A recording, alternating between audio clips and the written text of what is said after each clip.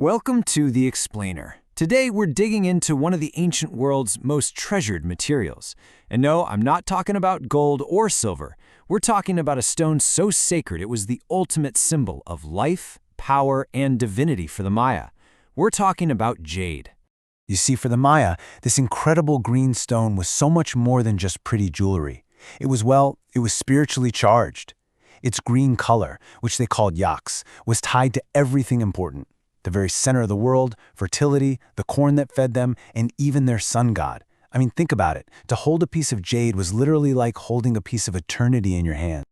And wow, the things they made with it, just absolute masterpieces. Take a look at this. This is the famous jade head of Altun-Ha. It's a depiction of the sun god, and it is stunning. But get this, it weighs almost 10 pounds. That makes it the single largest carved jade object ever discovered in the Maya world. So when archaeologists found something this incredible, it naturally led to a massive question. And that question was, where on earth did all this green gold even come from? And how in the world were they producing these treasures on such a massive scale? For years, it was a total mystery. The answer, it turns out, wasn't hiding in some lavish king's tomb. Nope, it was found at a Maya city called Canquen. And this discovery, it completely turned everything we thought we knew on its head. Okay, so let's get into it. The action starts at Canquen, which was a huge trading hub right on the border between the highlands and the lowlands.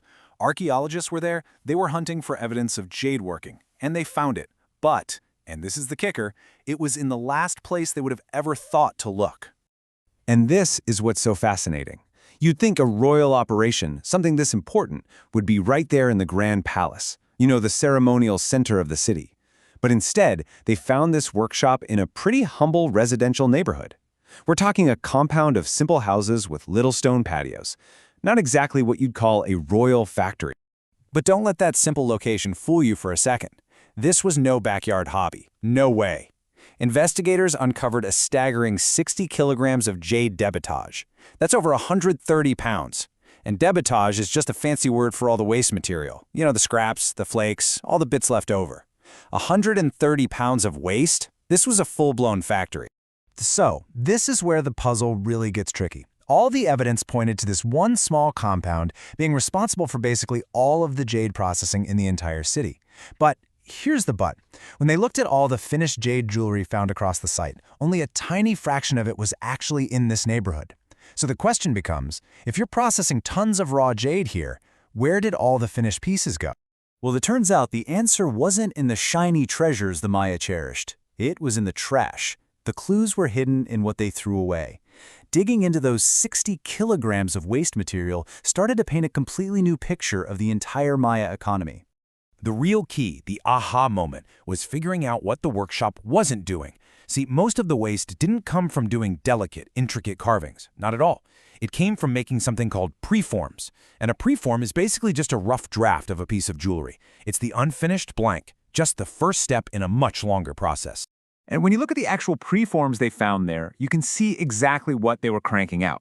I mean, these things aren't polished, they're not drilled, they're just these rough, circular blanks that were made by basically pecking away at a bigger chunk of jade. This was raw potential, ready to be turned into beautiful beads or ear flares somewhere else entirely. So, when you lay out all the evidence, the clues suddenly click into place.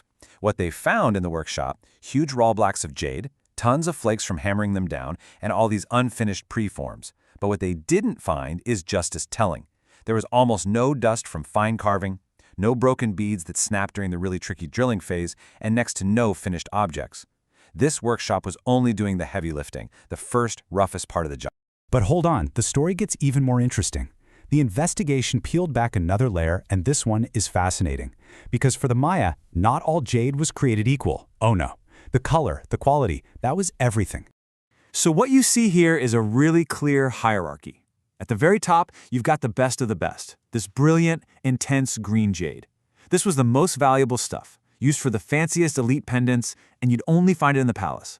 Then in the middle, you have a medium quality, light green jade. This was for things like big beads and ear flares, and yep, this is the stuff that the workshop was turning into preforms. And then down at the bottom, you have the lower quality, darker green stuff, used for simple little beads and much more common. And the map of where these things were found backs this up completely. The really high-quality, brilliant green pieces are all clustered super tightly around the royal palace. Meanwhile, the other stuff is kind of scattered all over. This is pretty much smoking gun evidence that the absolute finest materials were kept under lock and key by the elites. It suggests there were strict laws, we call them sumptuary laws, that dictated who was even allowed to own certain types of jade. Okay, so let's put it all together. You've got the weird location, you've got all the missing final production steps, and you have this strict color hierarchy. When you connect all those dots, you arrive at a pretty groundbreaking conclusion about how the Maya economy really, truly worked. Here it is. The workshop wasn't making finished jewelry for the rulers of Quinquen. It was a state-controlled factory, and its whole purpose was to mass-produce these unfinished blanks and then export them to other Maya cities. The car analogy is perfect.